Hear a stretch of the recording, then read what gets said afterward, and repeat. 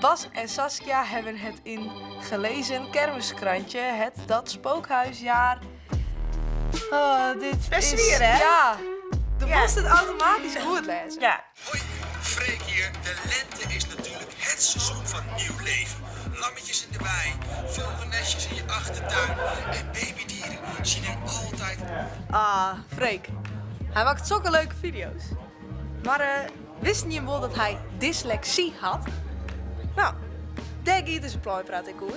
Want ik ben wel heel nieuwsgierig. Hoe is het om dyslexie te hebben? Echt altijd super schattig uit. Zelfs de jonkies van de Nederlandse... Wist je ook wat dyslexie is? Ja, nou dat is net goed als lezen en schreeuwen en zo. Ik had zelf ook. Oh, hoe is het zelf?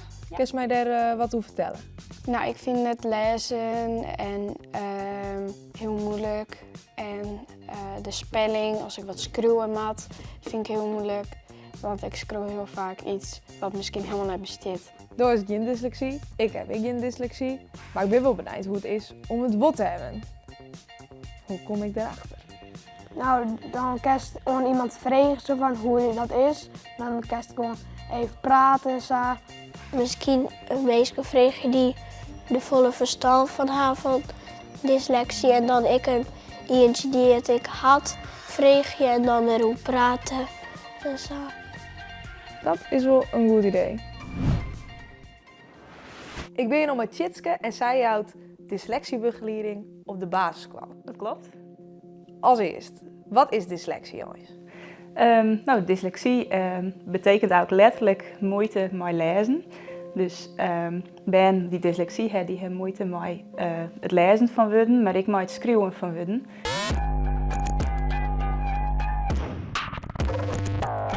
Oké, Tjitske, dus is mij nou een fine letter hoe het is om dyslexie te hebben. Ja, dat klopt. De moet direct een stukje tekst lezen en er is wat onderhaan. Dan moet je zien wat er onderhaan is en ja, als het eigenlijk opvalt hoe dit is. Succes!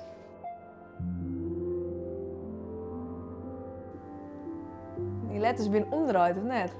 De B is een P, de P is een D en een Q. Ja, ik snap wel wat er stiert, maar Ja. het klopt net. Dus zo is het inderdaad, de b en de d en de p, of de q soms zelfs, die binnen al je verwisselen. Ja. En voor bij mijn dyslexie is het zo, die liek je heel erg op elkaar, die letters. En omdat het wat minder automatisch gaat, is het lastiger om zo'n letter te herkennen. Maar ik snap het wel, want de B en de P, dat is gewoon dezelfde letter, maar dan omdraaid. Jennifer, Ja. wist je was het ook gemeen is met Leonardo da Vinci en Freek Vonk? Nee? Ik Zij- heb eigenlijk geen idee. Ze hebben beide dyslexie Echt? en doof als mij ik. Ja, dat klopt. En ik ben, is ik wel heel benieuwd hoe het is om dyslexie te hebben. Ja, nou... hoe het is maar, hoe dat wie vroeger nog, ik heb net iets heel veel les meer van, maar hoe wie vroeger op school, wie dat het gewoon altijd langer duurde, dat ik meer naar moest denken als ik een school dicté hier, dat ik die echt moest leren. En dat een juf wel 10 keer wat uitlezen kon over taalregeltjes, maar dat het gewoon net binnenkwam, dat ik hem nog steeds niet begreepte. En op de middelbare school mocht ik altijd mee toetsen in een heel grut formaat, zodat het beter was, zodat ik beter de teksten kon lezen. Maar nou, kleer bij mijn scholen, nou valt het op zich wel mee. Ik heb er nou net zo heel veel les meer van. Maar het is vaak als ik een tekst schreeuw of een gedicht met schreeuwen, dat ik echt wel 100 keer naar me denk hoe ik bepaalde woorden schreeuw, die voor oormeesten eigenlijk heel normaal binnen. Nou, dan heb ik hier een volgend stukje tekst, waar wat oors onderhaan is. Oké. Oh nee. Alles beweegt. Alle letters bewegen. Oké, zodra vader thuis komt, rennen de kinderen enthousiast naar hem toe. Morgen gaan we naar de kermis, roepen ze tegelijk. Als het een letter just en die Eu. moest omzetten tot een klank. En nou is onderzocht dat bij met dyslexie, bij mensen met dyslexie, daar zijn die structuren in de hersenen krek wat oors online, waardoor die gebiedjes minder goed samenwerken. Dus het toch altijd langer duurt voordat je een klank lezen hebt, een letter lezen hebt. Doordat die verbinding kies, dus eigenlijk krijg ik wat oors online binnen. Binnen mensen met dyslexie, ik volle creatieven, die kunnen op een andere manier oplossingen bedenken voor een probleem. Ik wil zien iedereen zeggen die dyslexie heeft van, nou ja, benut gewoon die capaciteiten en die talenten, want iedereen heeft talent. Dus viel die net minder als een oor. Nou, wij hebben hier een soort van dyslexie-test. Je mag kerst dwan alsof je dyslexie hebt. Oké, wat ik dus weten wil, klopt deze simulator en is dit ik echt, zoals iemand met dyslexie, een tekst lezen ervaart? En ja, ik voel die jongens wel mooi die dan van. En als je hoe dat voor die is en hoe dat voor mij dan is. Cool. Ja, tuurlijk. Succes. Dan gaan we. Moet ik dit dan voorlezen? Want ik gebeurt echt heel veel. Ja, dit is inderdaad... Oh god. Oké. Zodra vader thuis komt, rennen de kinderen enthousiast naar hem toe.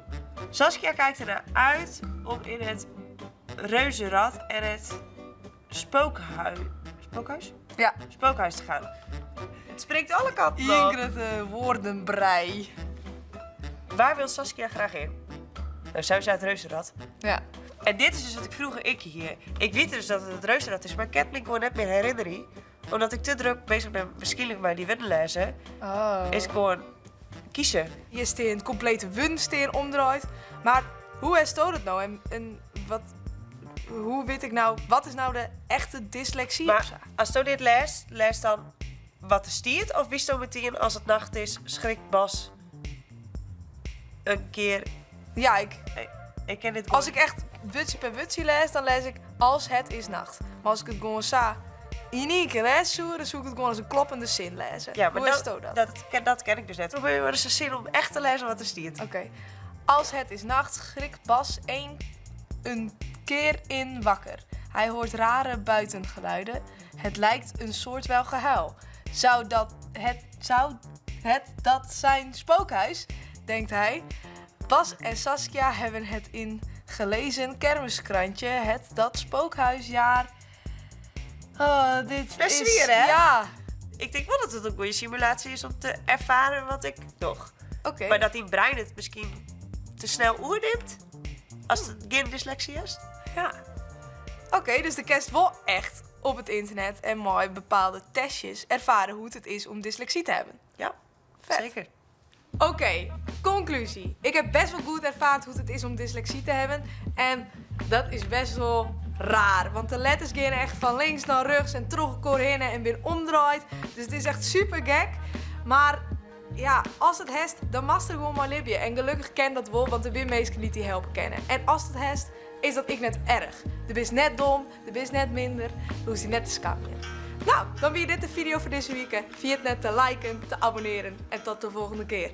Doeg!